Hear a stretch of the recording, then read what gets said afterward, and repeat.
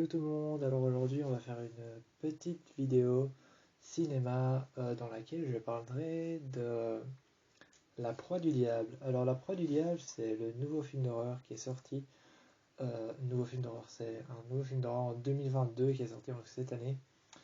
Et La Proie du Diable, je dois vous avouer que c'est comme Smile, je suis déçu.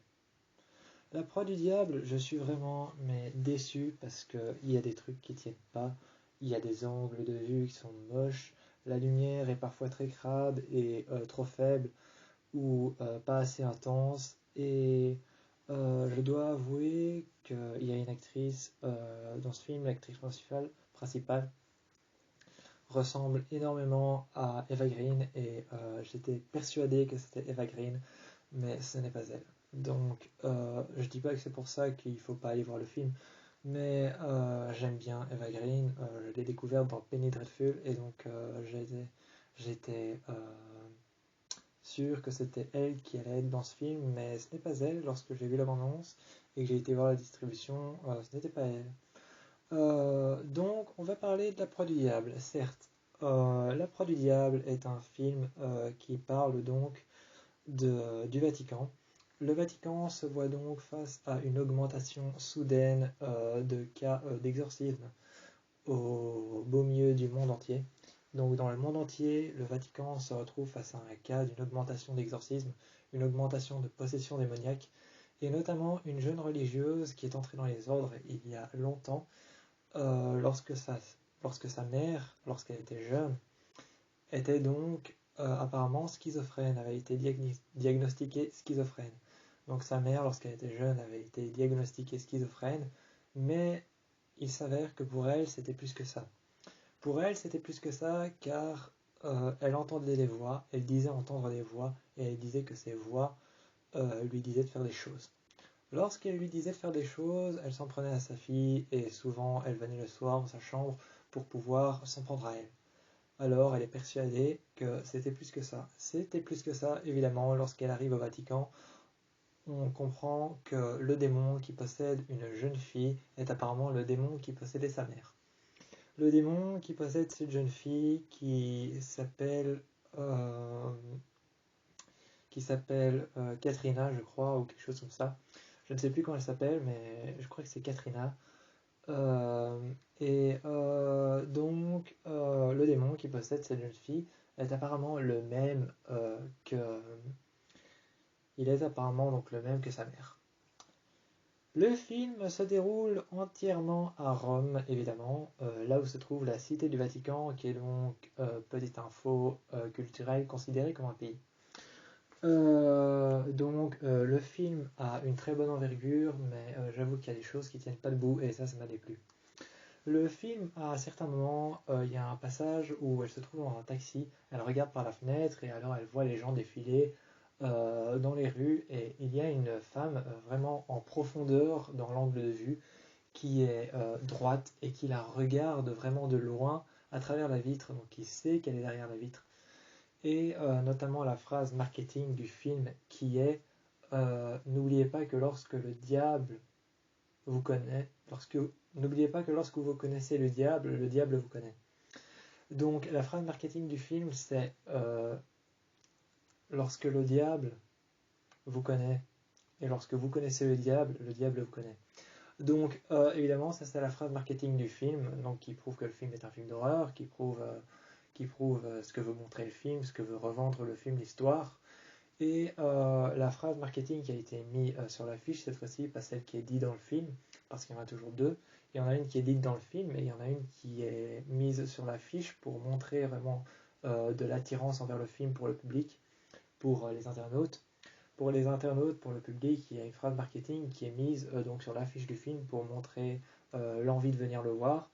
Et donc cette phrase, c'est le diable veut rentrer.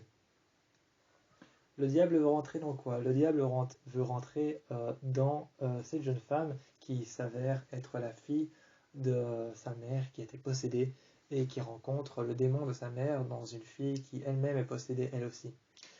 Le film est un peu tiré par les cheveux, si je peux dire ça comme ça. Les angles sont beaux, hein, sont bien faits, mais si je dois dire vraiment le genre du film, c'est un film d'exorcisme qui a été fait un peu à la manière de Lovecraft. C'est un film d'exorcisme qui a été fait dans le genre de Lovecraft et je trouve que que ça fonctionne pas du tout. Lovecraft est beaucoup plus soft lorsqu'il s'agit d'histoires d'horreur. Il prend le temps d'expliquer les choses, il prend le temps de montrer les choses, mais un film d'exorcisme sur un air et un genre Lovecraft, ça ne fonctionne pas du tout parce que Lovecraft prend le temps d'expliquer les choses, de montrer vraiment la peur et de mettre en angoisse le personnage qui va lire son livre. Donc la personne qui va lire son livre, il va prendre le temps de le mettre en angoisse. Et les films d'exorcisme, très souvent, c'est un homme, une femme ou une personne qui est possédée. Et très souvent, on l'exorcise et c'est à ce moment-là que le démon s'empare de l'âme d'autres personnes. L'ambiance de ce film est plutôt gênante et plutôt malsaine, mais par contre, certains angles sont très mal faits. Certains angles sont très mal faits. Il y a un angle qui est cadré dans le dos d'un homme lorsque... Déjà, je n'ai pas compris une chose, mais je vais revenir à ce que j'explique. Il y a un cadre de caméra qui va donc tourner et pivoter, cadrer le dos d'un homme lorsque la jeune femme ausculte un homme pour savoir s'il est possédé ou non. Et donc, il est possédé, il s'avère que derrière elle, une lumière clignote, et donc la caméra va tourner directement et faire un cut vers la lumière qui clignote, et va ensuite revenir sur le dos de cet homme qui aura la tête penchée sur le côté et la regardera dans les yeux sur le côté, et lui dit une phrase comme «Nous t'attendons».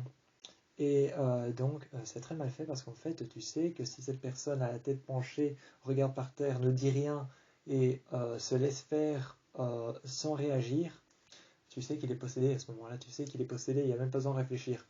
Donc, ils ont joué entièrement sur le fait de montrer une démarche de possession et de faire comme si la personne n'était pas possédée. Et c'est ça qui ne fonctionne pas dans le film, c'est que malgré ces angles qui sont très beaux, ces cadrages de caméra où elle est dans le taxi et elle voit l'entièreté de la place du Vatican être bondée de monde et qu'elle voit une femme tout au bout du champ de la caméra, tout au fond du cadrage de la caméra, il y a une femme qui la regarde et soudainement elle regarde et elle regarde encore un peu, elle se rapproche de la vitre et, et tout doucement, peu à peu, elle se rapproche de la vitre, elle regarde encore et encore. Et cette femme arrive juste devant la vitre lorsqu'elle cligne des yeux et frappe la vitre avec des yeux blancs et un visage totalement difforme. Ça, c'est un plan qui fonctionne bien, je l'accorde, c'est un plan qui fonctionne bien, qui fait très peur, qui est vraiment très très angoissant parce qu'ils ont joué avec la profondeur et avec les décors naturels du Vatican, qui est en fait une cité, et la cité du Vatican qui est censée protéger Rome est en fait un endroit sûr, un endroit où on se sent bien, un endroit où on se sent protégé. Et jouer avec la profondeur dans l'angle de la cité du Vatican, dans l'angle de la cité du Vatican, jouer en profondeur pour pouvoir faire venir un personnage qui était de l'autre côté face à une vitre qui est juste en face du champ de la caméra pour pouvoir faire peur, jouer en profondeur avec ça, ça fait très peur. Et c'est vraiment un angle qui fonctionne très bien, un cadrage qui fonctionne très très bien. Mais malgré ça, je trouve que le film perd de son envergure parce que il y a vraiment des choses qui ne sont pas, qui ne tiennent pas debout. Il y a des choses qui sont trop répétitives aussi qu'on a trop vu dans les films d'exorcisme, comme par exemple la fille au plafond avec le dos contorsionné, les pieds qui se maintiennent au mur, et dans l'angle du mur, tu peux la voir hurler, et puis ensuite tu devines la fin parce que en fait, ça a été tellement repris dans les films d'exorcisme que tu devines la fin en fait. Déjà, on ne sait même pas quand ils vont s'arrêter de faire des films d'exorcisme et des reprises. Mais sur ce plan-là, donc tu as une jeune fille qui atterrit et qui grimpe en se contorsionnant jusqu'en haut du mur et qui arrive à l'angle du mur en se maintenant avec ses bras et ses jambes et en regardant cette jeune novice qui doit donc deviner et exorciser le démon qui se trouve dans cette fille et qui est le démon de sa mère. Elle doit donc l'exorciser et donc le tuer.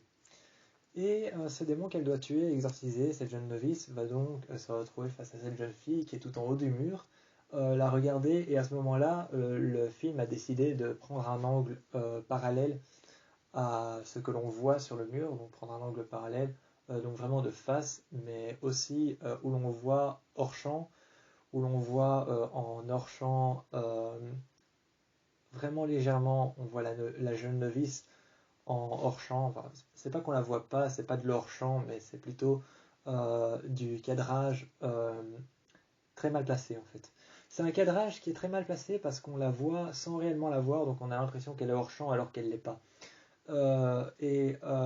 Ce cadrage est placé de travers et se dirige lentement vers le haut du mur, et quand ça se dirige vers le haut du mur, ça redescend de travers et ça refait le même cadrage sur le côté, qui est la même chose avec la jeune novice qu'on voit de nouveau de l'autre côté, et qui en fait, on se demande comment elle est arrivée là. Et à ce moment-là, dans ce cadrage, ils décident donc de faire le jump scares où les lumières se mettent à clignoter et commencent à finalement faire sauter les plombs, et il n'y a plus aucune lumière. Évidemment, on sait ce qui va se passer par la suite. La lumière va ressurgir et la fille qui sera au mur ne sera plus au mur, mais va donc sauter sur la jeune femme. La jeune femme va donc se rendre compte qu'elle n'est plus au mur et se faire agresser par la jeune fille. C'est tous des plans travaillés comme ça, avec vraiment beaucoup de lumière, assez sombre, assez brune, assez sobre, assez pastel, assez atténuée, assez jaunâtre, assez brune, qui font peur. Et c'est vraiment travaillé avec de la lumière brune, jaune, pastel, orangeâtre, vraiment des couleurs chaudes, mais qui sont travaillées de manière à faire peur. Et tout ça ne fonctionne pas parce que c'est travaillé de manière vraiment très mal faite. Et donc, je peux pas vous en dire plus parce que le film m'a pas fortement attiré, donc je vous en dis pas plus.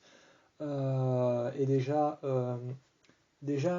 le style du film est cool. Je m'attendais à vraiment beaucoup de choses du film, je m'attendais à quelque chose de chouette. Mais j'ai pas compris le pitch du film.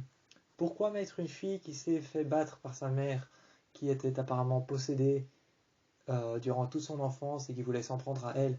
Pourquoi ensuite, une fois qu'elle est jeune novice et qu'elle a rejoint les ordres, pourquoi la mettre dans le Vatican pour qu'elle aille se protéger et qu'elle aille ensuite exorciser le propre démon de sa mère? Ça n'a pas de sens. Alors, vu que ça n'a pas de sens pour moi, je trouve que déjà le pitch, le résumé en soi n'a pas de sens pour moi, alors l'histoire en a encore moins. Et je trouve que les cadrages, les plans et la manière de faire le film est beaucoup trop répétitive par rapport aux autres films d'exorcisme qui ont été faits de manière très professionnelle. Donc La Proie du Nombre est un film génial en soi, mais qui a pas réellement de tempérament ni de potentiel. Je vous encourage pas réellement à aller le voir. Je vous dis ciao pour une prochaine vidéo. Si vous voulez aller le voir par curiosité, faites-le, mais voilà quoi. Ça reste un film d'exorcisme, sans plus.